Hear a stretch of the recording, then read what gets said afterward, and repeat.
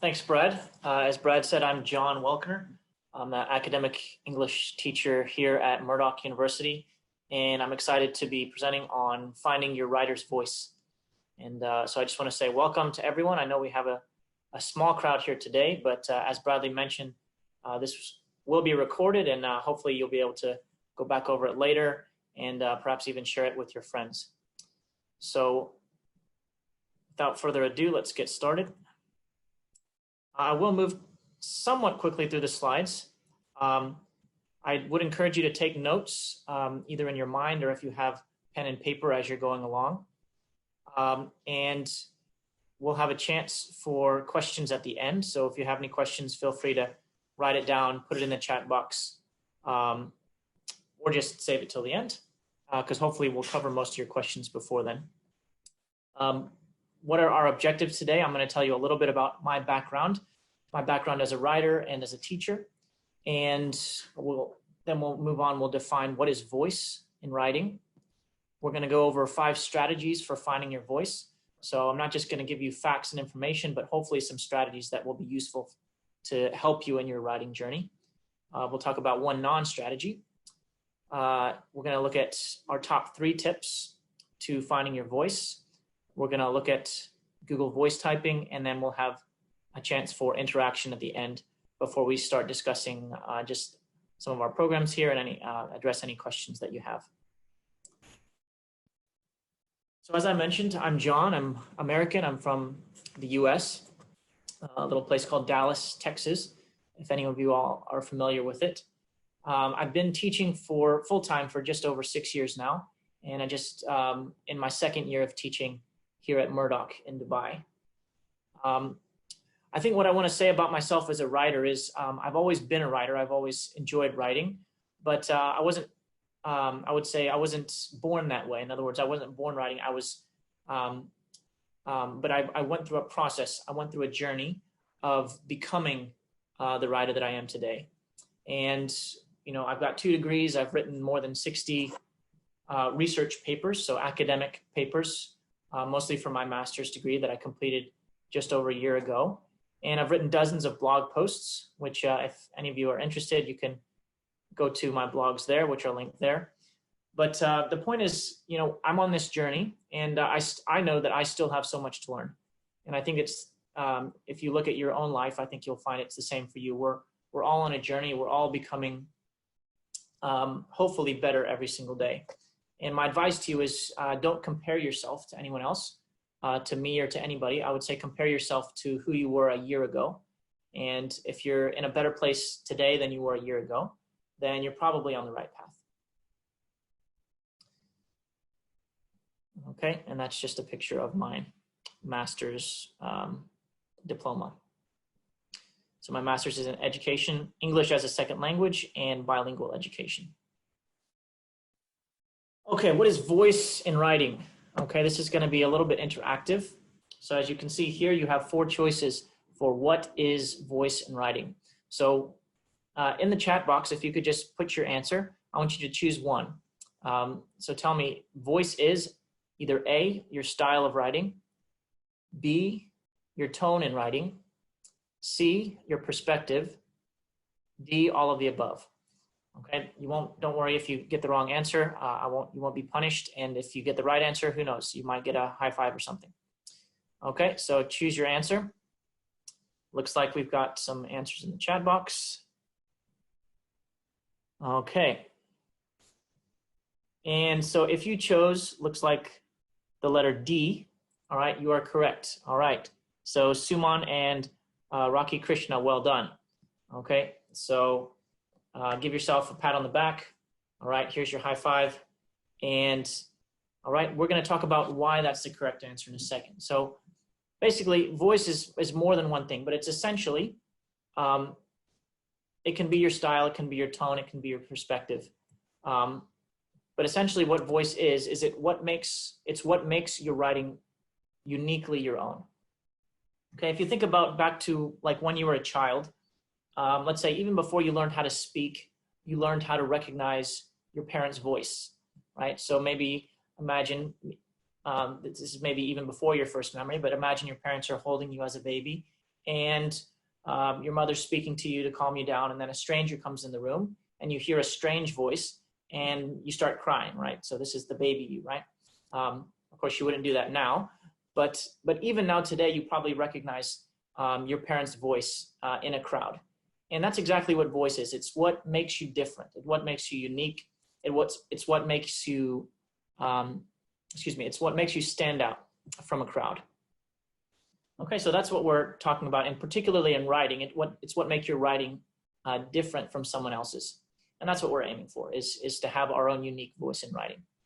Okay, and just because this is an academic presentation, I do have to point out voice is not, it's clearly not plagiarism, right? Plagiarism is taking credit for someone else's work, right? So it's not copying someone else's voice or someone else's words. Okay, and so let's talk very briefly about plagiarism, all right? And I'll try to move through this quickly. I think if you look at the comic on the left-hand side, the student says, "What do you mean all my facts are wrong? I copied everything off the internet." And as you see, looks like the teacher has given him an F, so he's failed his paper.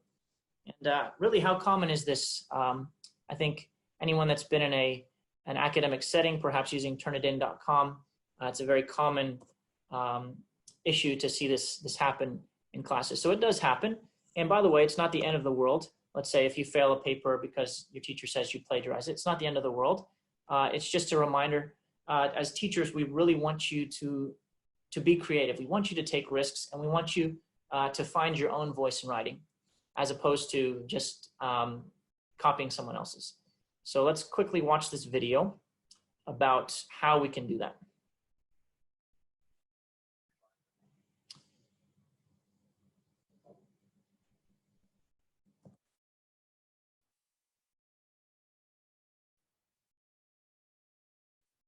Okay, give me 1 second while I share the screen.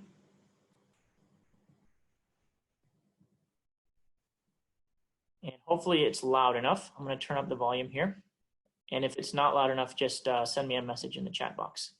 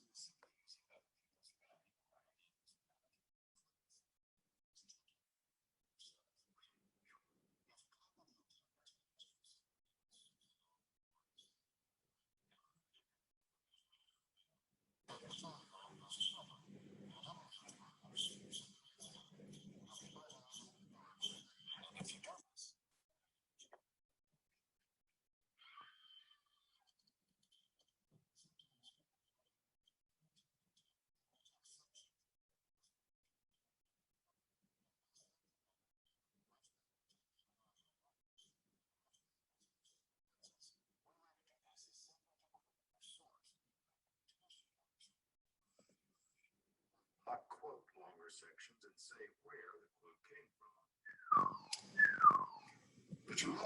from. Okay, I'm getting some feedback that it's not loud enough. What I'm going to do is see if I can share computer sound. There we go.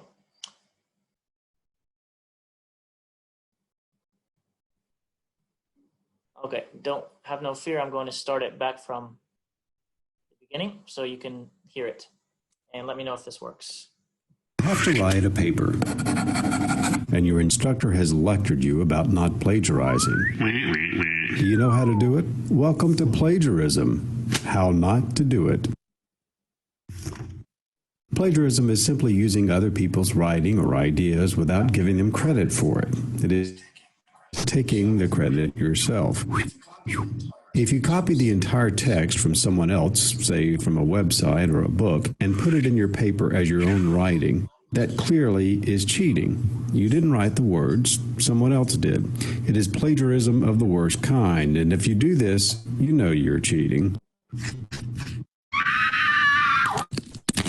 But sometimes people plagiarize without intending to. When you take sections of other people's work and include it in your paper, you must let the reader know which words and ideas are yours and which ones are someone else's. One way to do this is simply to quote your source. You put quotation marks around it or block quote longer sections and say where the quote came from.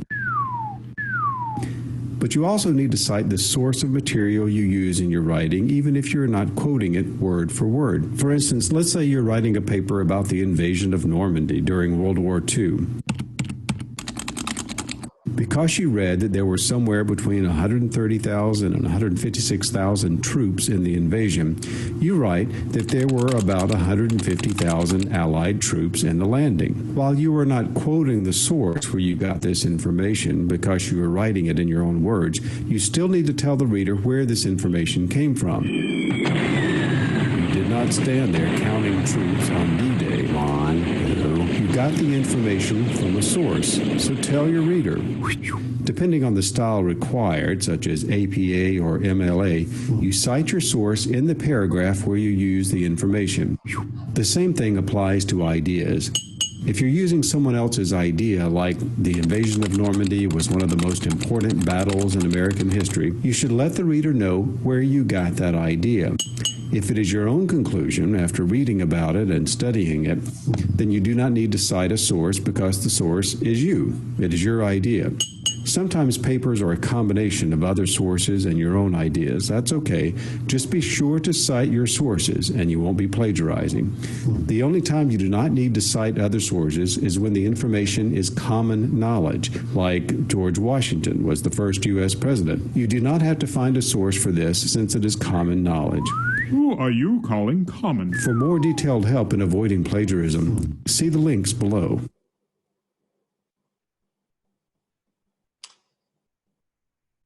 Okay.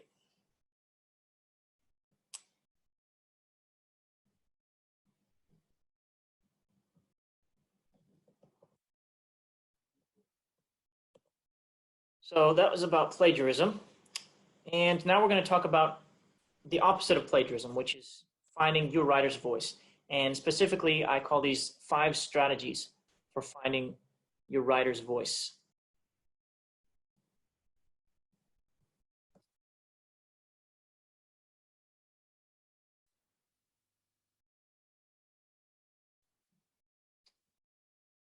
Okay, sorry, let me turn my camera back on. I am still here. All right, so strategy number 1 is authenticity. Authenticity. Right, this is a word that's I think been trending a lot more recently. Even in the West where I come from, they use terms like vulnerability or emotional honesty to describe this concept. And it's really about just being yourself and being honest, not just about what you're thinking, but perhaps what you're feeling as well. And you see that the best authors have figured out ways to be tactfully honest and to be authentic. And so our first example here is from Maya Angelou. I don't know if any of you have heard of her. In high school, we read one of her poems called Still I Rise. And it was about her journey as a Black woman in the US experiencing discrimination and how she was able to find the courage and the strength within herself to overcome that. And now she's like a New York Times bestselling author and famous throughout the world. But here, you notice what she says. She says, each time I write a book, every time I face that yellow pad, the challenge is so great. I have written 11 books, but each time I think, uh-oh, they're going to find out now. I've run a game on everybody and they're going to find me out. So that's really just Maya Angelou. She's speaking from her heart. She's being authentic and she's saying, look, even though I've written 11 books, I still have this fear before I go and present my work to the world, right? Which is actually a very common feeling, which I think most people could relate to. Maybe not the writing 11 books, but the fear of presentation. So, and then we have Kurt Vonnegut. He's actually, we could call him an author's author, right? So he's got a great YouTube video called The Shape of Stories, and he's coaching other writers how to tell a story. And here he says, when I write, I feel like an armless, legless man with a crayon in his mouth. All right, so he could just be trying to make us laugh, but he's also being honest, saying this is how I feel. I feel almost helpless when I write, and yet he's also a great writer. Okay, so that's the first strategy, is authenticity. A second strategy, which is not all that different, is analogy. Analogy, right? This is where we're comparing or contrasting two different things and basically saying that two different things are similar. All right, so here we have Chuck Wendig. He is a famous comic book writer, and he says that voice is not the result of a single sentence, paragraph, or page. It's all your work laid out on the table, like the bones and fossils of an unidentified carcass. All right, what is a carcass? It's a dead animal. Right, so that may be somewhat of a shocking comparison to you. How could voice be similar to a dead animal? All right, and we may agree with Chuck, we may disagree with him, but the important thing here is he's using his voice. He's using an analogy, and he's putting his own voice, his own self, as it were, into the quote. All right, another quote here from an unknown author. It is a famous quote, but unattributed as of now, and it says, "Dip your pen in your own blood and write. Don't dip your pen in someone else's blood." All right, so this is also another analogy. I think it's fairly obvious that we wouldn't be going around poking people with pens to get their blood, but it's more of, it's a metaphor. It has a deeper meaning. It has layers of meaning, going back to this idea of being authentic and using our own voice in writing as opposed to just trying to use someone else's. Okay, strategy number 3, and I hope everyone okay so far. Brad, could you just let me know if it's loud and clear from your end? All good, yeah, all good, John. Okay, thanks. And so strategy number 3 is giving clear instructions. All right, so this is where, let's say if we're writing and we want to give a directive or give instructions or say to our audience, do this. All right, and our first quote, our first example is from Shakespeare.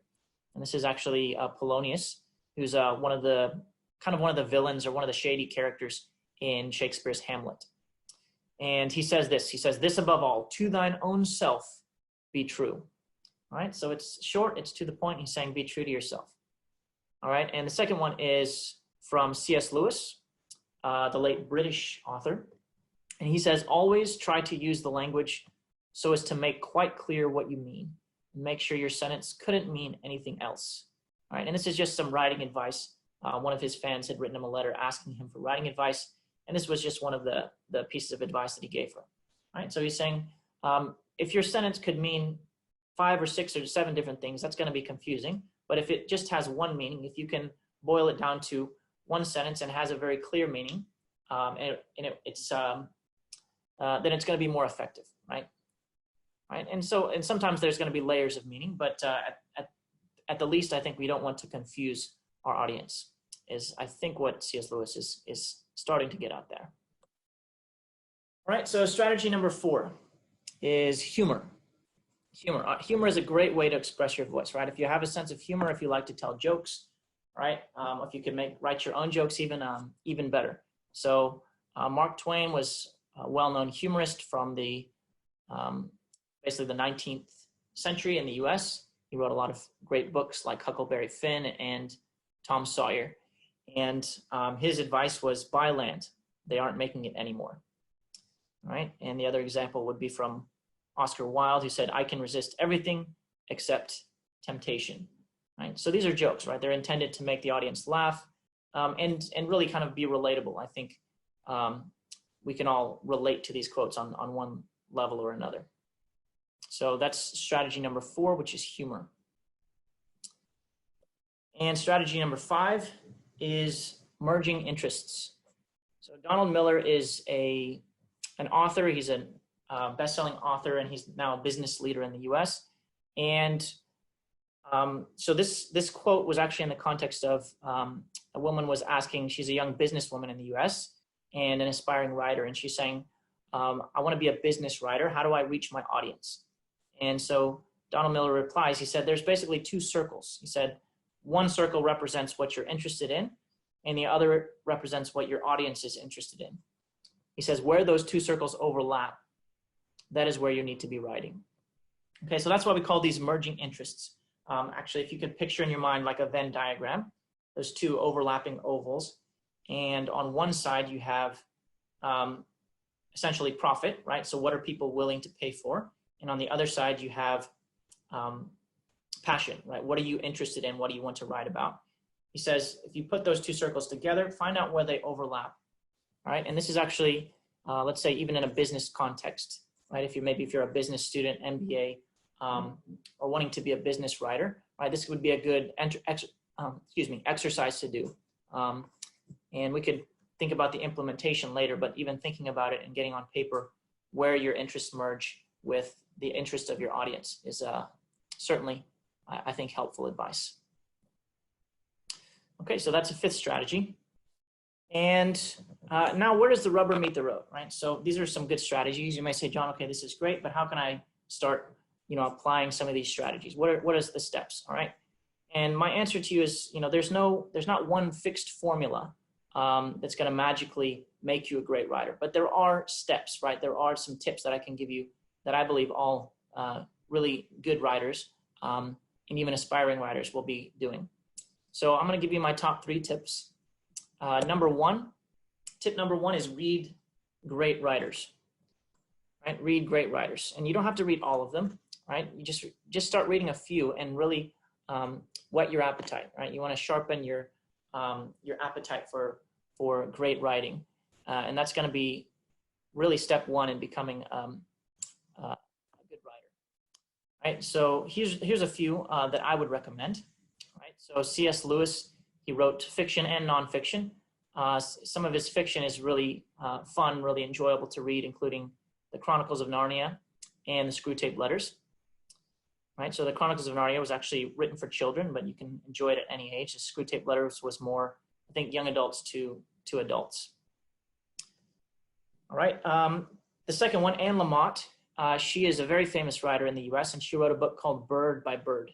We're actually going to be looking at one of her quotes later from that book. But, she's talking about the writing process.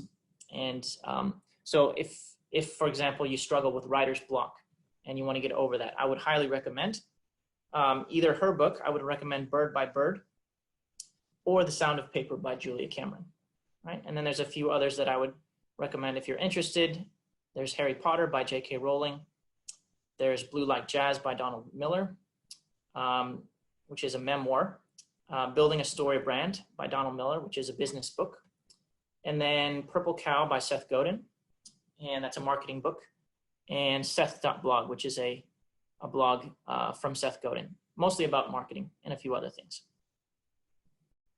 So that's my first tip, is really read great writers. Of course, I don't expect you to read all of these people, but I would say just pick 1 or 2 from this list and see if you can get started. All right, tip number 2 is you really want to develop a daily writing habit, right? And I would say I write every single day. There's been times in my life where I went probably, I don't know, weeks or maybe even months without writing, and other times where I would write just throughout the day. But when I say develop a daily writing habit, I'm not saying, that you have to go and publish, on the internet or publish a book every day or even produce something that other people are seeing. You can even have like a journal that you're using every single day and just putting your own private thoughts down. It could be even if you just put 5 words down, just even if they're not complete sentences, but just some thoughts that come to you that are inspirational or that are helpful in your journey. It's going to help you. If you want some inspiration, there's people that blog daily. So actually these are 2 that I follow. Seth Godin, he writes a blog every single day. I think he's been doing it for like 15, maybe even 20 plus years, every single day, 365 days a year. He's missed like 2 days in the past 10, 15 years, I think. But he blogs every single day. And most of what he writes is actually very helpful. He's got quite an audience. And it's very useful for people that are interested in things like just writing or business or marketing, which are some of the topics that he writes about. Another that I recommend is Rohan Rajiv. He's got a website called alearningaday.com. And he also follows a similar style to Seth Godin, where he just writes really short blurbs that you can read in 5 minutes or less. So that's the key is if you're writing every single day, you're going to be getting better. And even if it's just 5 minutes or less every day, you're going to be getting better. And as Julia Cameron says in The Right to Write, she says, writing is not about thinking something up, it's about getting something down, right? So we all have some thoughts in our heads, and some of them are productive. Of course, some of them are more productive than others, but I'd say the more productive thoughts that you have, put them down, right? And see where it goes. All right, tip number 3 is, this is probably the more, I don't want to say painful one, but I think probably the most obvious one for anyone that really wants to become a better writer. I would say is revise, revise, revise. Okay, and this is, I'm going to rely on Anne Lamott for this one. This is a quote from her book, Bird by Bird, which is a story really that she writes about the writing process. And here she says, almost all good writing begins with terrible first efforts. Okay, so you need to start somewhere. Start by getting something, anything, down on paper. A friend of mine says that the first draft is the down draft. You just get it down. The second draft is the updraft. You fix it up. You try to say what you have to say more accurately. And the third draft is the dental draft, where you check every tooth to see if it's loose or cramped or decayed or even, God help us, healthy. All right, and I want us to notice not just what she's saying, but how she's saying it, right? So Anne Lamott here is actually using almost all 5 of our strategies here. She starts with authenticity. She's saying all good writing begins with terrible first efforts. Okay, ouch, maybe that hurts a little bit, but that's, as they say, the truth hurts, all right? You need to start somewhere, right? She's being direct. She's giving clear advice, clear instructions, right? She says, start by getting something, anything down on paper. Right? So she's giving us a strategy for writing. And then she says, you're not going to write just one draft, not just 2 drafts, but actually 3 drafts, right? Where the first draft is literally just getting it down on the paper, right? The second draft is fixing it up, right? And then you don't stop there after the second draft, but on the third draft is what she calls the dental draft, right? So this is actually an analogy. She's comparing fixing up your paper to like a dentist cleaning your teeth, right? So let's say even after you've brushed your teeth, right? Growing up, my mother used to take me to the dentist, right? And after I would brush my teeth, right, then the dental hygienist would come in and they would clean my teeth. And then after the dental hygienist came in, then the dentist would come in and he would check to make sure everything was okay. And so I think this is a very appropriate analogy for writing. It's going to be a process of revision, and it's never going to be perfect the first time. It's never going to be perfect the second time. It's not going to be perfect after the third time, but it will certainly be so much more presentable. And you'll thank yourself later for going through that process. Okay, so those are the 3 tips. Number 1, read great writers. Number 2, develop a daily writing habit. Number 3 is revise, revise, revise. Now, if you want to get really practical, I just wanted to share this one digital hack that I've actually started using a little bit more myself recently, which is Google voice typing. Okay, and these are the basic steps to getting there. I don't know how many of you use Google Drive. It's free and it's online, it's cloud-based, so anybody could access it with an internet connection. But if you open a Google Doc, you click Tools at the top and you click Voice Typing. You will have to allow the microphone access, but if you follow these steps and say something in your own voice and revise, then you'll be able to really actually start practicing using your own voice. So what I'm going to do here is I'm going to click on this link and I'm going to share my screen.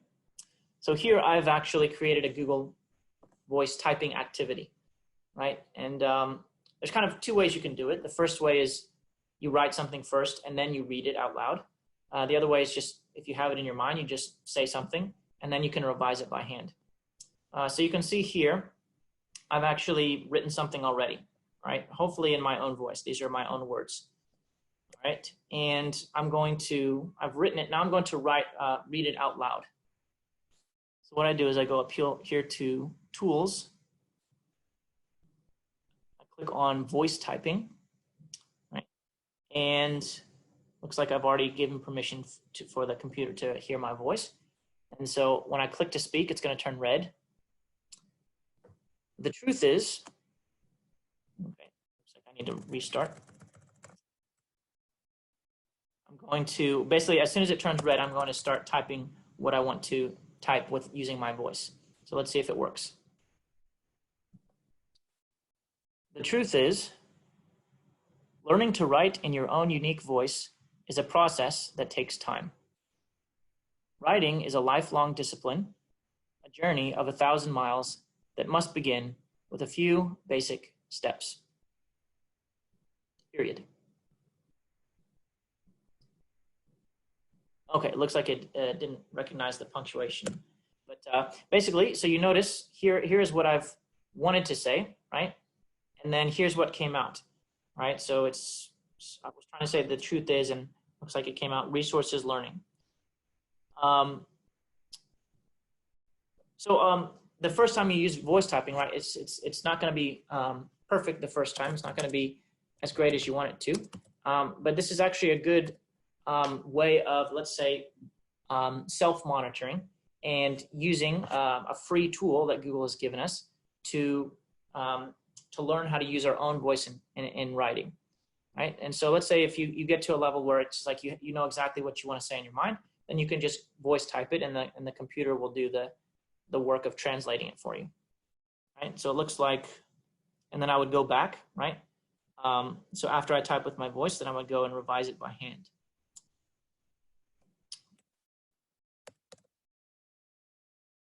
Right. So it looks like 90% of what I wanted to say is there. Right. So this is just one example of a tool that you can use to practice using literally your own voice in writing. Okay, so I hope that's helpful. Great, so this is, looks like we're making great time. Before we go on to the next part, I want us to do a quick comprehension activity. So for those of you involved, if you have your, let's say your phone or any digitally connected device, so even if you're on your computer, you can use your computer and go to your browser, go to your favorite browser, whether it's Chrome or Firefox or whatever, and go to joinmyquiz.com. Joinmyquiz.com. And once we go there, we won't ask for any special login details. You can just join the game just using the game code, right? So I'm going to give you a game code, and you're going to enter it there at joinmyquiz.com.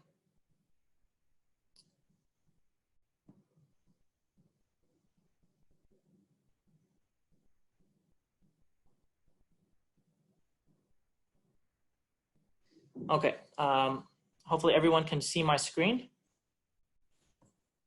Let me know if you can't, but it should say joinmyquiz.com, and then it should have a game code there. And so on your own screen, on your own internet connected device, you're going to enter the game code, which is 159041.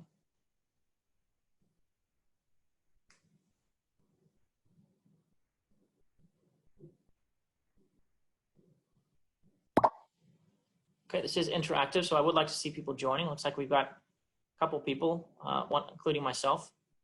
All right, so I'm just joining just to make sure it works.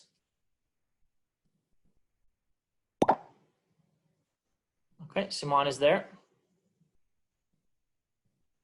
Let's see, Rocky Krishna, have you been able to join? Brad, you want to join just for fun?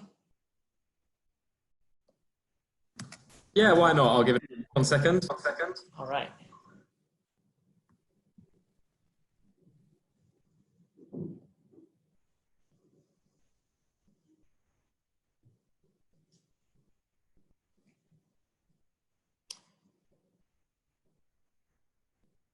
Okay, so I'm gonna, as soon as Brad joins, I'm gonna go ahead and start, and then Rocky, if you still want to join us, you can. Even after I click start, there's the game code will still be on the screen.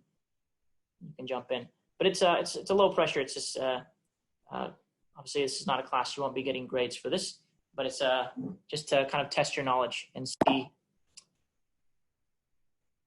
see how we're doing. All right. So you should be able to see the questions, I think, on your own screen now.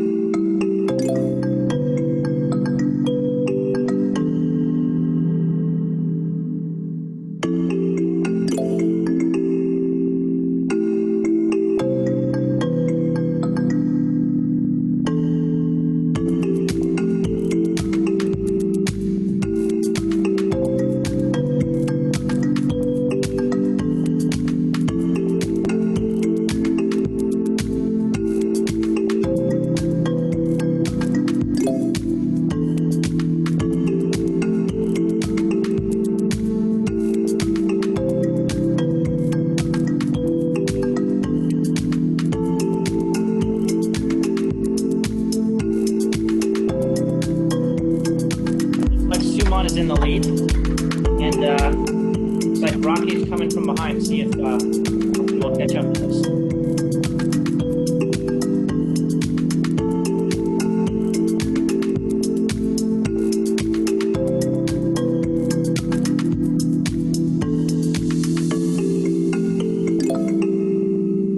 All right, one more question for Rocky. Let's see how he or she does. Let's go.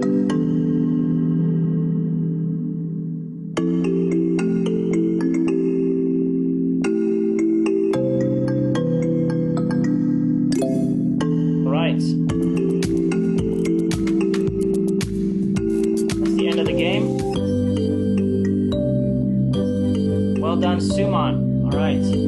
Hopefully that was fun for you guys. And very quickly, we'll go over the answers. All right. Looks like most of us, or all of us, got 100%. Okay. So it looks like here's the questions. All right. What is writer's voice? All of the above. I'm from Dallas, Texas. Very good. All right. Comparing voice to an animal carcass is an analogy. Oscar Wilde saying, I can resist everything except temptation is humor. And the author of Harry Potter is J.K. Rowling. And strategy number 5 is merging interests. Excellent. So let's go back to our presentation.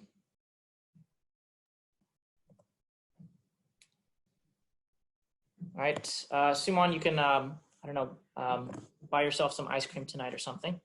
And here's your high five for getting first place. All right. So I just want to wrap up here with really a gift. Right? And this is it's not a joke. I'm being serious. I want to give you this blank page. And you may say, okay, what is this? It's a blank page. Like, and I'll be honest. I didn't like blank pages. I used to hate the blank page. And in my university days, I used to sit in front of a blank page, sometimes even for hours, and just feel stuck. In which case, sometimes I just go and play Candy Crush until I felt unstuck. But what I've come to see the blank page now is actually it's a gift.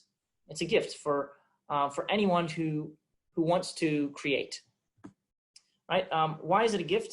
Because if you think about it, a blank page is exactly that. It's blank. It has nothing written on it, right?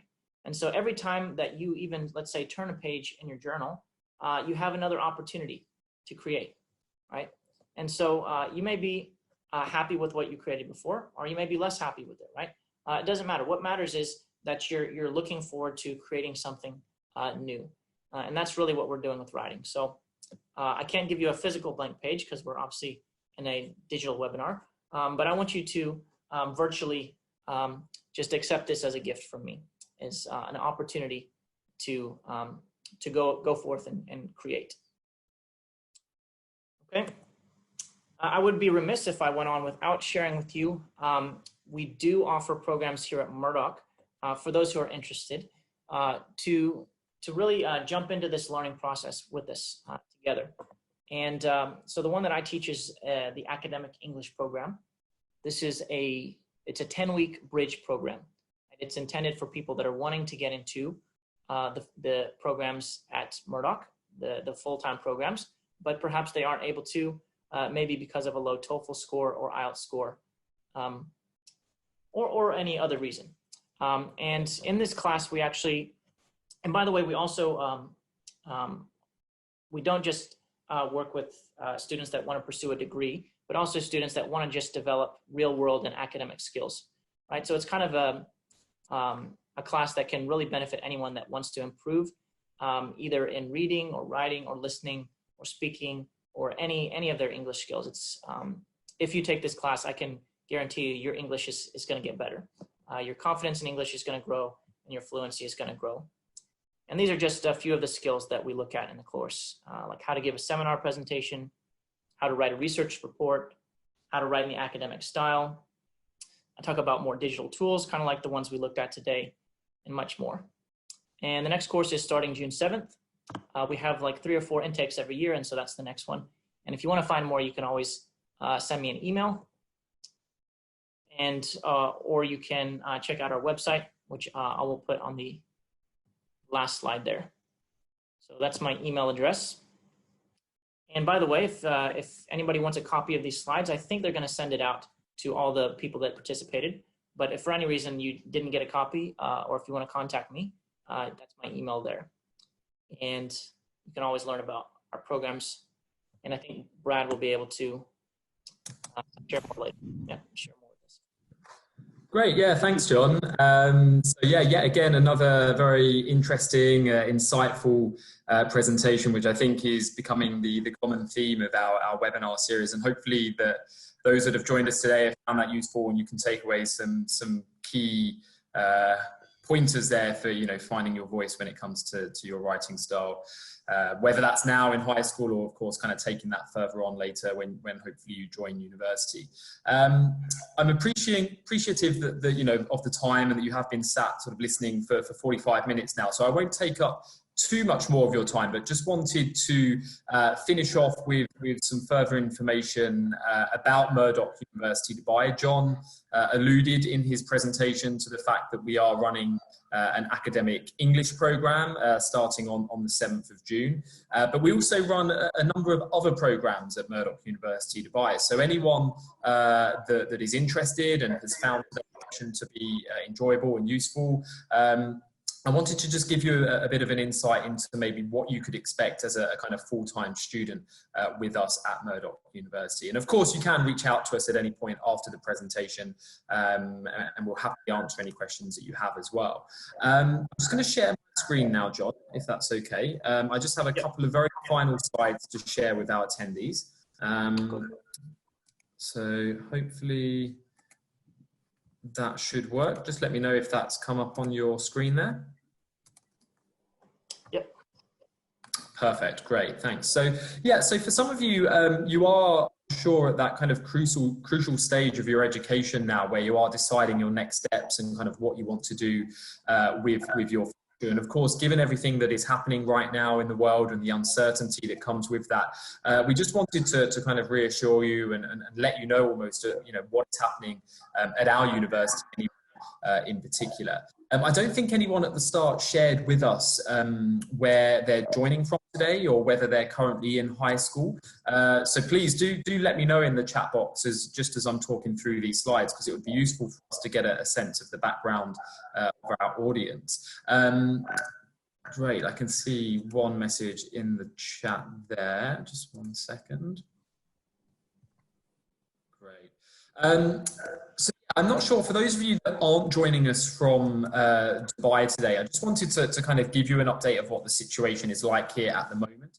Of course, we are currently in Ramadan here. So actually that's coincided with the lockdown that the UAE had found itself in has been eased slightly. So we're hoping that will continue kind of going forward. Of course, we don't know what's going to happen. This is a very evolving situation. But in terms of teaching and kind of Murdoch University Dubai, what we can say is that we are well placed to service you as potential students. We are currently operating online, so all of our teaching is very similar to what you have experienced today, and hopefully it has been an interactive experience for you. So in many senses, you know, nothing has changed too much. You don't actually have to wait. If you are thinking about your next steps, you don't need to wait to necessarily kickstart your future. But what I would say is that if you want to get up-to-date information after the webinar is finished today, you can use the website link that's listed on the slide in front of you there. This will be updated as and when any announcements are issued by our government here, so that you can get a sense of exactly what will be happening with regards to education. But as I said, to reiterate, we are open right now to any students that are interested in joining. We have a May intake that's actually closing next weekend. So potentially, if anyone is looking for their next options now, please let us know. Otherwise, we have another intake in September where we'd be very delighted to answer any questions you have and potentially welcome you to come and study with us. John did mention about the academic English course already. So our next session for that will be taking place on the 7th of June. We currently have a fantastic incentive for this program for anyone that's looking to join us. It's currently available for 50% of the listed price. So again, anyone that wants to come and study but feels like their English level isn't quite at the requirement that we ask for, you can come early, improve that, ready to then progress into your chosen academic course. And these are the subject areas that we actually offer as degree programs. So if any of these courses match your interest areas as students, please let us know. I won't go into individual detail on all of these programs now, but you can reach out to us and we'll happily provide you with some background. We're offering double majors across all of these courses, so you can combine subject areas if you want to, no extra cost or additional time. And we also have some fantastic scholarships available, up to 40% off the entire tuition fees. So there's a lot of support. Obviously, we know right now, particularly financially, things can be very difficult and quite straining. So we want to be there to help support you through your studies. And the other big announcement from us as a university is that we have just moved to a brand new campus as well. So even for those that are joining us from within Dubai today and those that are joining us from overseas, we've moved to this brand new location in Dubai called Knowledge Park. So as a student, you can expect to experience very modern and state-of-the-art facilities and fantastic collaborative learning spaces. And these are a few images of our campus. So hopefully later this year, we will be able to welcome you back in person for face-to-face teaching. Right now, it will remain online, but hopefully, as I said, in the near future, we can welcome you here to this kind of fantastic space. But that's really all we wanted to kind of say today. As John suggested, we will be sharing the presentation afterwards, so you'll receive a recording of this presentation, which will have the presentation slides as well, so you can refer back to this in the future if you want to come and grab any of the fantastic ideas that have been spoken about. And then you've got our contact information there as well, should you want to ask any questions about potentially studying with us in the future. This webinar is one in a number that we've been running. So if you check out our YouTube channel, all of our previous recordings are currently online for you to refer to. And we're very excited to announce that we have 2 more webinars in this current series planned. So one next week, next Thursday, and one for the following Thursday after that. So next week, we will be talking about kind of active reading and how to kind of better engage with your university kind of reading, because it is a different style, I would say, compared to what you might be used to in high school. And then the following Thursday, we'll be running a session on how to master your academic writing specifically. So you're welcome to join us for that as well. And we will be sending out the registration links for that following the session today. Okay, otherwise, I think that's pretty much all we wanted to share with you right now.